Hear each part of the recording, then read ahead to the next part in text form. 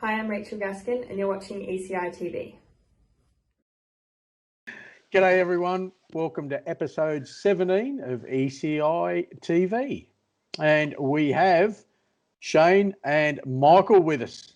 How you going, fellas? G'day, good. Very good. That's good. Cross the ditch? Yeah, I think it's a better place to be than Victoria at the moment by the looks of things. Very much so, very much so. So we've got a pretty short show this week, but take it away, Shane. So we're in lockdown again here for another 6 weeks. Actually, Gary is, but it's better for everyone that way. I still have a bit of freedom, but given where I'm located, I may as well be in lockdown. So we're going to jump straight into general discussion. We've got a whole bunch of new products, and we'll get a bit of discussion going here with you, Michael. Have you seen the new Answer tapered 20mm fork in the matte black? No? Oh, yes, I have. I seen it on Instagram just the other day. Who had it? I can't remember, but yeah, I did see it. It looked really good. Looks real cool. Yeah. It's like I feel like personally the old style's been around for a long time, so it's a bit of a fresh start and it's good to see. So Gary, you expect to have some of those in the next few weeks? Yeah, probably in about 2 or 3 weeks. We've got some gloss black ones in at the moment, but yeah, those new sort of satin finish with the grey stickers really looks super cool. So yeah, we'll have them here in about 2 or 3 weeks. So the gloss black ones you've got are a 10mm. Will you be getting matte black in 10 and 20mm? Yep, certainly will. Is there any changes apart from the looks and the fact that we now have a tapered 20mm dropout? No, that's it. The crown's bigger and everything to suit the taper, but effectively it's the same fork, just a different finish. What do you guys reckon about the 10mm versus 20mm? I can't feel the difference until you run a carbon fork, and then you notice it a little bit more. With a chromoly fork, you don't feel the difference. But is that the carbon or the 20mm though? Yeah, that's exactly right. Yeah. I think with a carbon fork, you need a stiffer hub, so a 20mm makes sense then. The ease of the 20mm axle's good, as opposed to mucking around with nuts and everything. It's all bolts or whatever. The ease of the 20mm through axle makes life a lot more pleasurable. Yep. Swapping wheels. You run 20mm, don't you? I've got at the moment on my Onyx. Yeah, I do. In the past I've jumped between forks as well, but yeah, I've been 20mm. I've got the Yes forks, the Yes Reach fork. I haven't been running the AVN fork just because it's got a different angle to it. So I've been running the Yes fork, and that's 20mm. Yeah. That's an alloy fork, though, isn't it? Yep. Do you notice the difference between a carbon and alloy? No. No, not at all. No. What do you run in rear? Just 10mm? 10mm. Yeah. I'm not a big fan of the 20mm rears. I just find that the axle just takes up too much of your bearing housing and everything, so it reduces your longevity of your hub a little bit by having 20mm rear. There's too many working bits to jam into such a small area then in the cassette and everything. So 20mm front, keen on. 20mm rear, yeah. What about 15? 15's not too bad, but 20mm, I just find everything's just too cramped with the cassette driver and everything. They still work okay, but yeah, it's been little faults. It's no different to when Euro bottom brackets went to 22mm axles, and they were trying to jam extra bearings in and everything, then realised you need to go to an outboard bottom bracket to run a bigger bearing. So you got a similar sort of issue with the rear 20mm hub, trying to jam too much into a smaller space. But that's my performance wise, I can't see it being a huge advantage. So it's funny when Redline released, what was it, Project 79, that first carbon frame that they did. They were saying that it was, I think, it was about 15% stiffer. I just have no idea how they would have, measured that. Maybe through stress testing of was that through 20mm or the frame? That was a 15mm rear, I think, in the rear of the frame. I guess they can do stress testing, can't they? Yeah. Yeah, I'd say so. Maybe it's just a made-up number. Well, that's what I was thinking. It was more of a marketing thing, but hey, it might be measurable. Another new product is the Tioga EVO pivotal saddle. Have you seen those? No, I haven't. I saw a picture of them yesterday. Yeah. So it's another seat in the D Spider evolution process. So last year they came out with this Evo saddle, which was, I think it was 125 grams with a really short carbon post. Yeah. And so it was locked into position now, and it also only came in a 27.2 diameter seat post. So now you can put your own pivotal post on there. So you can go alloy carbon, you can run a long extension post on it if you want to. And obviously you can also put it on the chasers with the aerodynamic teardrop seat post. Yeah. So, a lot more flexibility when you're running it, and it's a 100 gram seat, so it's super lightweight. Do they run a steel or titanium pivotal bolt? Do you know? That's a good question. I don't know. Because there are titanium pivotal bolts available. So if you want to knock it down to 90 grams or something, you could probably swap that bolt over if it is a chromoly. I haven't actually looked, but what's Graf running on his bike for a seat? I haven't looked for a while either. I seen he just did a bike check with 15 a few weeks ago, but all right. If you want to know what's light and what's good, I'll look at his bike. What else have we got? WIAWIS frames and forks will be available in Australia soon. So it's Korean made, I believe, carbon frames and forks, and we should have some more information a bit further down the track when they're all set up. Are those frames available in New Zealand, Michael? No, they're not. Something obviously Sylvan Andre runs one, and it's a pretty cool frame. It's different. It's quite a unique looking frame, and I think they're awesome. Sarah Walker and I think Sarah's got one, and there's another girl, Megan Williams, who's running a WIAWIS, but that's from overseas. Laura Smulders runs one as well, doesn't she? No, she's on the Mabo. Oh, okay. Internationally, there's a few European girls on WIAWIS, I think. Are you bringing them in, Gary? No. Who's bringing them in? WIAWIS Australia. Sure. Yeah. Okay, cool. Yeah. I think I seen something recently that whoever that is covering for New Zealand as well. Oh, okay. I think they're the first distributor for that brand here in the country or in the region. So I'm sure we'll see a few more of those around. Cool. And last week, Gary and I got into a discussion about some sneak peek photos of some Profile AC2 hardware, the titanium axle and driver, and we didn't really have much information apart from the photos that we had. And Gary, you were able to confirm that they will be available soon. Yeah, there is a redesigned axle and driver for the AC2 rear hub. I believe, I haven't got a lot of information on it yet. We will have the axles here in about 2 weeks.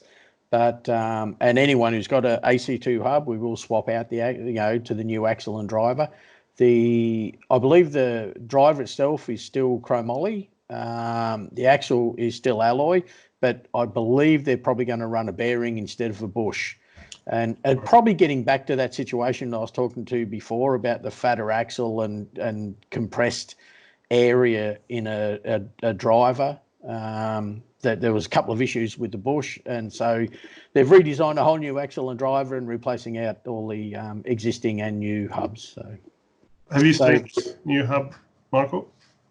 No, I didn't understand a word Gary just said with all those technical terms. You should have watched our video on rebuilding an AC2 hub. It's love to. Quite interesting. So you can rebuild one of these hubs in, what was it, 20 seconds? I think it was a strip and rebuild a hub in 32 seconds or something. Seriously? No, it was rebuild front and rear in 32 seconds. You only need a single tool to do it. Yeah, all you need is a circlip plier and a set of circlip pliers, and bang, bang, bang. So that's awesome. Yeah, they're a new hub out, and so there's very, very reduced drag on the driver. Yeah. And very minimal rolling resistance because they run a tapered bearing, angle contact bearing, I should say. That's hence the AC2. So they run 2 angle contact bearings in the in front and in the rear driver. So and they're convertible from 48 points of engagement to 96. Okay. Yeah, and they're also interchangeable with 10 mil, 15 mil, or 20 mil axles. So the one axle is totally interchangeable. Okay. So it's you buy the one hub, and no matter what frame you get or forks or anything like that, you can simply change it with some bolts. Sounds pretty nifty. It is pretty cool. Even if you don't do your own service work, it'll be easy for Dad to change. Exactly. If Dad's happy, I'm happy. They do have a ceramic bearing option too. Yeah, they do. Yeah. I'll have to let him know then. Yeah. The other thing we've heard just recently, the ACS Z-Mags, which have been around for 1 million years, are now discontinued. I heard this from Keith at ACS over in America. We've been selling ACS Z-Mags probably for about 20 years now. Unfortunately, we're down to a few pair of rears and no fronts, and it is now a discontinued item. It's probably been around for, I don't know, 50 years in BMX. A lot of the old school guys and mid school guys would know them, but yeah, it is a discontinued item. So chase up the Skyway Toughs now. Michael looks a bit confused. It was ahead of his long before his era, I'm sure. I think I only learnt what gear I ride about last year or something. I also picked up this week that BMX International I think they're expanding their workforce. They're looking for someone in the customer service and warehousing area, which I found pretty exciting, except Brisbane's a long way away from Kinglake, so it wouldn't work for me. But I'm sure there's someone out there, a budding BMX enthusiast with a little bit of warehouse experience looking for a job. And, BMX International has a lot of history and they do some pretty cool brands. Fishing's pretty good up there. So's the COVID. Okay. So we've failed. So you said you started racing in New Zealand a couple of weeks ago, is that right? Yep, we had a first Winter Series race 2 weeks ago in Rotorua, which is the new facility we got, Supercross track and everything. So I'm not sure how many people showed up. Must have been about 150, 200. So it was a good showing, but for the elites, we don't have many elites to show up. So were you there? I was there, and then I was actually away for 2 weeks training, and I sort of got everything I wanted done, and had a huge mountain bike ride Saturday with the family I was staying with, and showed up Sunday morning for the race, and I wasn't feeling it, and there was no one for me to race, so I went home. All right. Go ahead. Not the norm. Normally I'd stay for racing, but I just wasn't feeling it. And you probably wouldn't ride the mountain bike the day before either, though, would you? No.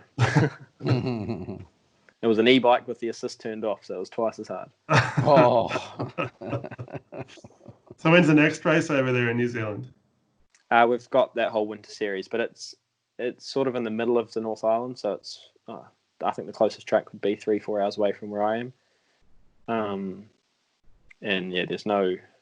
I think the problem we have in New Zealand is there's not a huge depth of elite riders and junior elite riders, but a lot of us don't. Well, I mean, I do, but we don't race all the little races. So we get to race each other twice a year at the big meets. And personally, I think we all need to get together more often and just race, whether it's a little Winter Series race or the National Champs. That's how we're going to get better. So the two bigger races are the North Island and South Island titles, is that right? North Island's and National, yeah. Oh, South Island titles are quite small for the elites. There's a few kids that travel down to do it, but yeah, typically North Island and Nationals. Yeah. So there's been quite a few cancelled events, which is why I was asking you. So there's a few cancelled events here, our own state championships. Oh, no. And obviously the world championships you would have heard. How does the closure of the world championships or the cancellation affect you personally? Well, to be honest, I think we're all waiting for the decision. I don't think it was ever going to be held, and if it was going to be more controversial holding it than cancelling it. So I think they've done the right thing. But at this stage, Rock Hill World Cup's still going ahead in November. So yeah, that's strange, isn't it? Yeah. How did I take it? It was kind of the realization of how are they going to do the Olympic selection now, because the world's the year of Olympics there's 2 spots up for grabs for the Olympics. So yeah, I guess we're just waiting to hear how they're going to deal with those, whether it's going to be back to nation rankings and give the 12th country a place, or who knows. So for me, it's just the same I've always been, just focus on me and let everything unfold. Yeah. We also heard today that the Queensland State Championships will be moved from Ipswich, and they're looking for a suitable replacement venue. Rumour is, I think it was supposed to be Sleeman might end up with it, but who knows? BMX rumours are nothing to be. Was there any information in regards to the decision, the reason behind it, moving it from Ipswich? There was a little bit that had something to do with COVID and Ipswich Council and BMX Club, but it wasn't a very deep press release. Yep. What about the Thunderdome? Is that going ahead? Nothing's going ahead. Yeah, who knows? Fingers crossed. That's November, isn't it? Yeah. Where were your states meant to be held?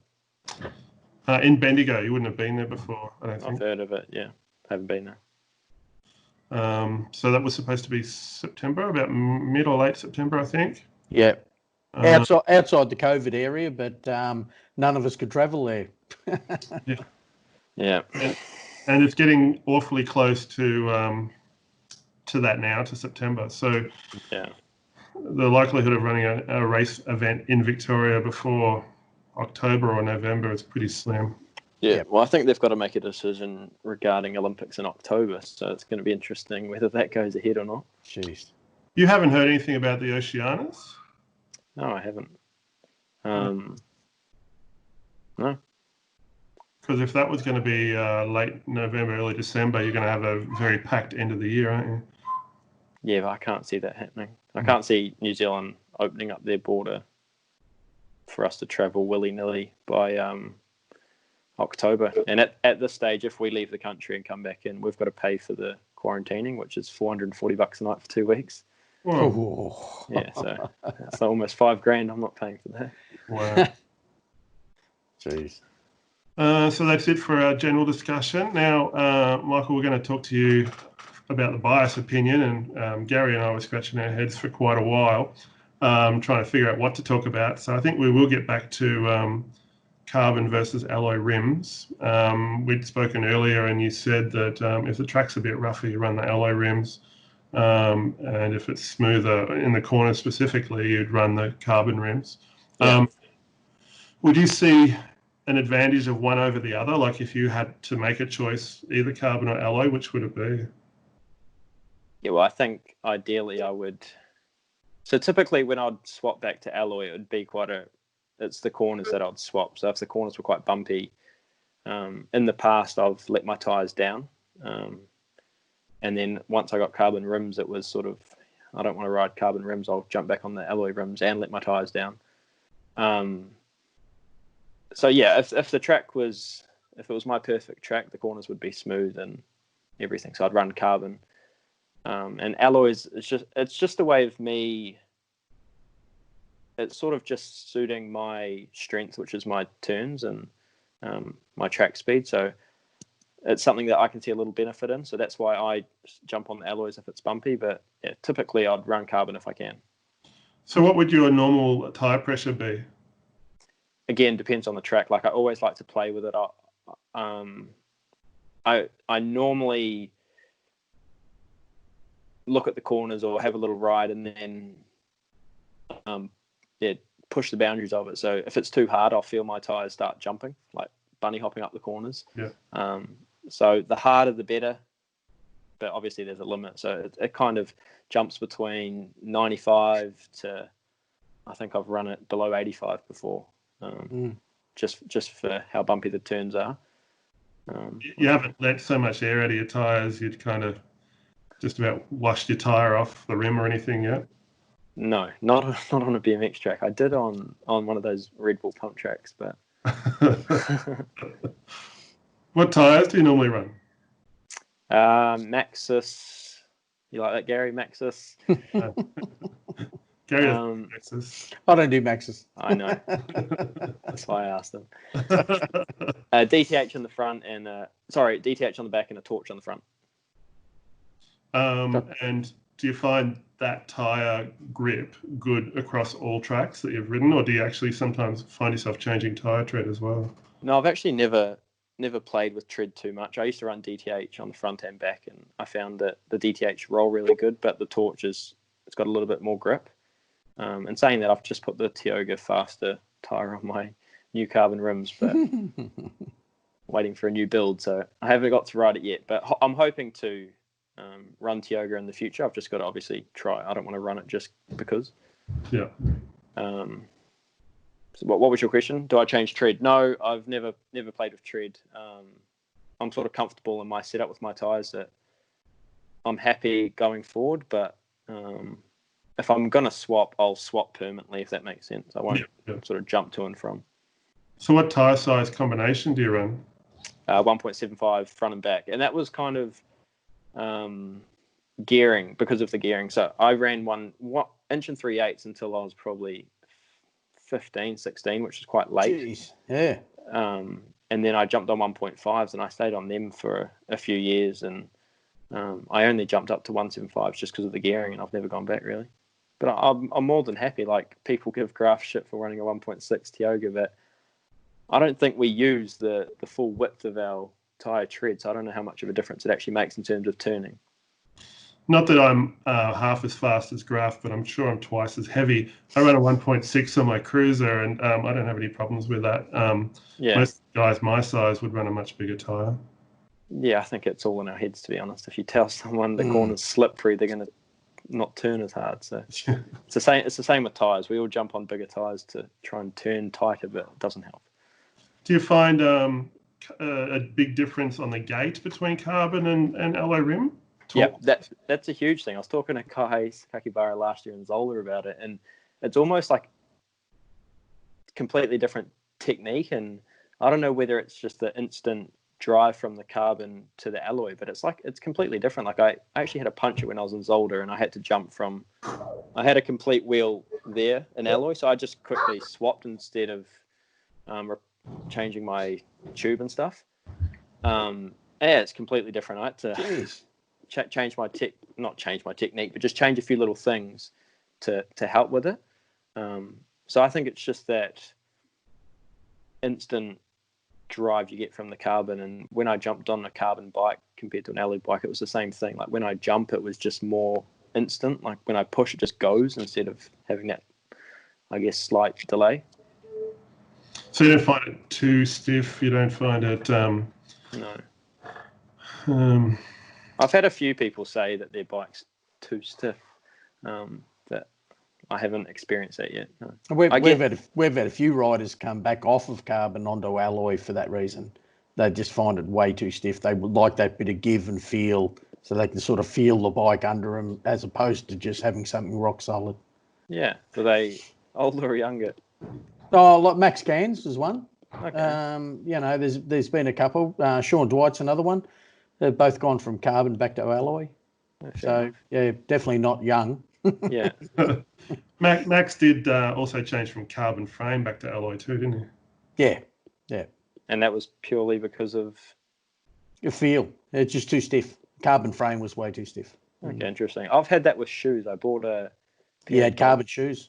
Well, I've still got carbon shoes, but I bought a pair of Bont shoes, and they're carbon the whole way, sort of the sole and a little bit up. And I couldn't ride in them because I couldn't even feel my bike.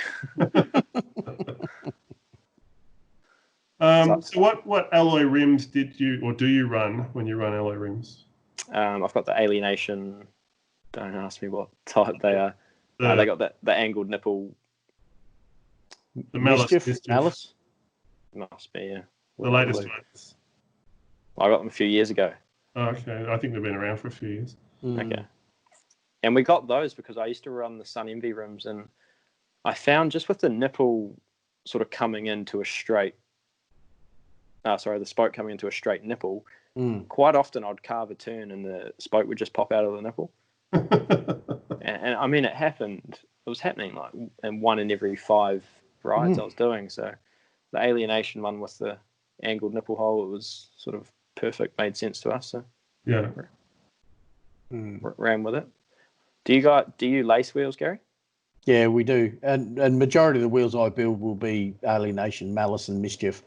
They've replaced so many Suns and other rims. Yeah, Yeah. Do super you lace light. the carbon as well? I've built a few sets of carbon. I built a set of carbon with titanium spokes last week. So Do you do it 2 cross or 3 cross? 3. Okay. And do you use a gauge for how tight you do the? Yeah. How tight I think you have to with carbon. It's just, I know there's a lot of people who don't, but it's just sort of so paramount that you do use it. I can't remember what pressure I use on the gauge at this stage, but yeah. Yeah. Okay. Interesting. I've just heard a few different opinions, and I'm no expert in terms of building wheels, but I think 3 cross. Neither am I. I think 3 cross sounds like the way to go. Yeah. Do you think you'd give tubeless a crack, Michael? Yeah, definitely. Have you tried it yet? No, I've got so those Alienation rims are tubeless, aren't they? Yes. Yeah, I've never tried it. But yeah, I'm not against it. So there's a few advantages. The biggest one is, rocking up to a track and not having to worry about thorns. So you don't get like a flat tire. Say Shepparton's renowned for thorns, and I'm sure there's plenty of tracks around, maybe even New Zealand. Bathurst as well. Yeah. So that was the biggest advantage. There's weight savings, but Gary and I are having a conversation about, you got 2 ounces of sealant versus probably a 2-ounce tube. So how much weight savings is there? Fill it with helium. I think the biggest problem at the moment is just there's not a big selection of tyres. So once the tyre selection increases, and I mean your V tyre Speed Booster Elites are coming out soon, which are tubeless compatible. So once there's bigger selection, I think the popularity of tubeless will increase. But like you said, the Malice and Mischief are tubeless compatible, and there's a lot of people on those, so it'll be a simple changeover for them. Do the majority of mountain bikers use tubeless these days? Yeah, I think so. But mountain biking and tubeless is a lot different to racing, where we run much higher pressures. Yeah, definitely. But I was just thinking, if it came to mountain biking a long time before us, and I was wondering if they've sort of caught on with it or gone to it and come back. No, Alienation has come up with their own special combination of tyre and tube and their own system called TCS. Yeah. Not everyone's adhering to that system, so you'll get a different brand of tyres which are tubeless compatible, but not necessarily TCS compatible. So the ones that say they're tubeless compatible, but not necessarily TCS, they're kind of like the mountain bike compatible system. Okay. Where TCS have gone, Alienation have gone their own and made this TCS system, which they can guarantee that the tubeless is going to work, where you may not be guaranteed with some of the other brands. Yeah, I guess, we're putting a lot more pressure through our tyre than a mountain biker would be. Yeah, definitely. Yeah, absolutely. They run, 20 PSI in their tyre? Yeah, versus 100. Yeah, so that'd be interesting. I guess that I'm up for trying it. I'm up for anything new. So it's not really new. They've been testing this system for, it must be close to 10 years now, Gary, about at least. Easy. But I guess there's no Elite BMX is on, not that I know of. Not that I'm aware of. I'm sure there's some that have tried it. Yeah. Because I remember when they were testing, I think Barry Nobles might have had a setup, and Mike Day, Donnie Robinson, I think, had a setup. So there's a few elite riders that have had them. Cool. I think that's about all when it comes to hubs and wheels. Can't think of anything else. You, Gary? No, pretty well maxed out. I must admit, I'm not I can't be the best person to talk to about the technical stuff. Maybe on the track. Neither are we. Stuff.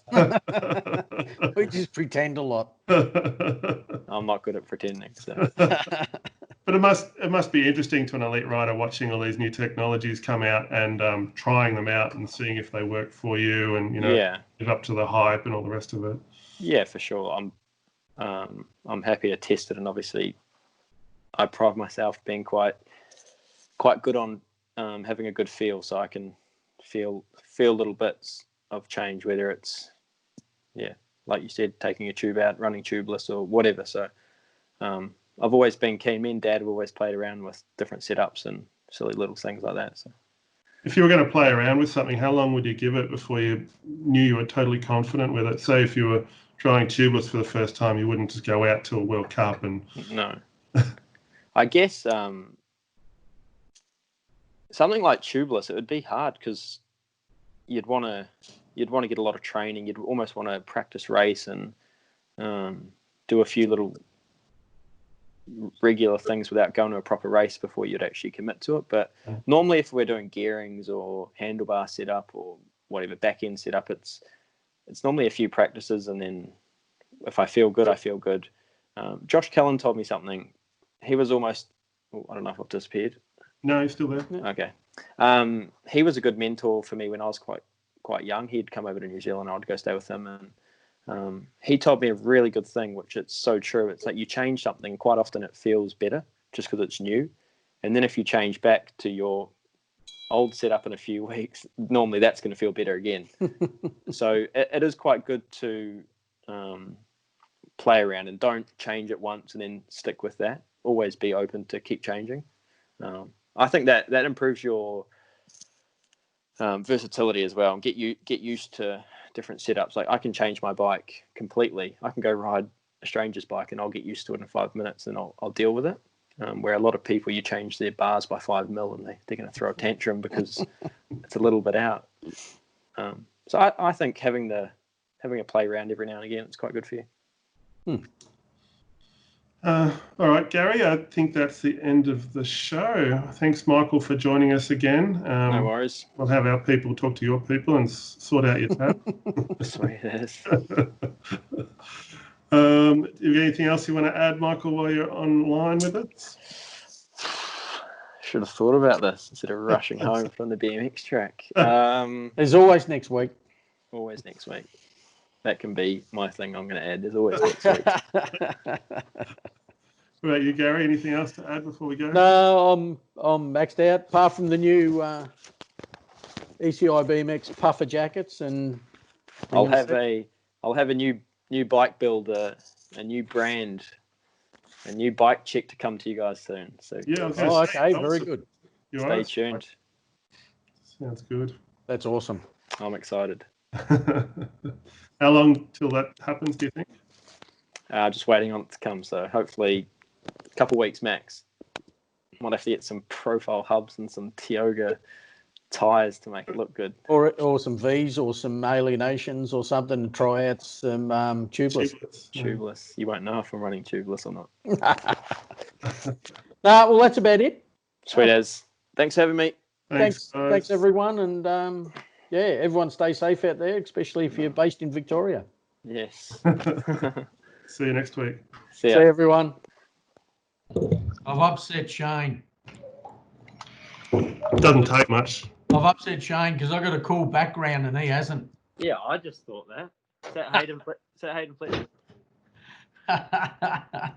No, it's a chick, I think. It's got long hair. Oh, that's not a nice thing to call me. It is a bit. Choose background effect. Turn off. Look, here I am back to normal. Boring old me. No cool background anymore. That's not a bad background. It's okay. Who's this at Chase? Joris Dorde's Chase jersey? Eats. Pete Deluski, Okay, Chris not Mola, cool. Not cool. some loser gave me that one, I don't know. Max Cairns and John Purse. Okay. So there's a couple there. What number's Pete got on the back of his jersey? 72. Stephen Everts. I do have like wireless headphones. All right. So do I, but I just got to plug them in. They're not wireless then. I could go with these. Yeah, Breaker. Hey? there's no crackling. I can't hear. Because there's no crackling, they're not plugged in. Does that mean they're wireless? Yeah, they're not plugged into anything. that crackling? Can hardly hear. I said, is that crackling? No. Got a hat to cover up my helmet here. Is that okay like that or not? Oh, that seems stupid. I'm cool. You wish. We all ready? I'm ready. I'm ready. Born ready. Born ready. Okay. 3, 2, 1.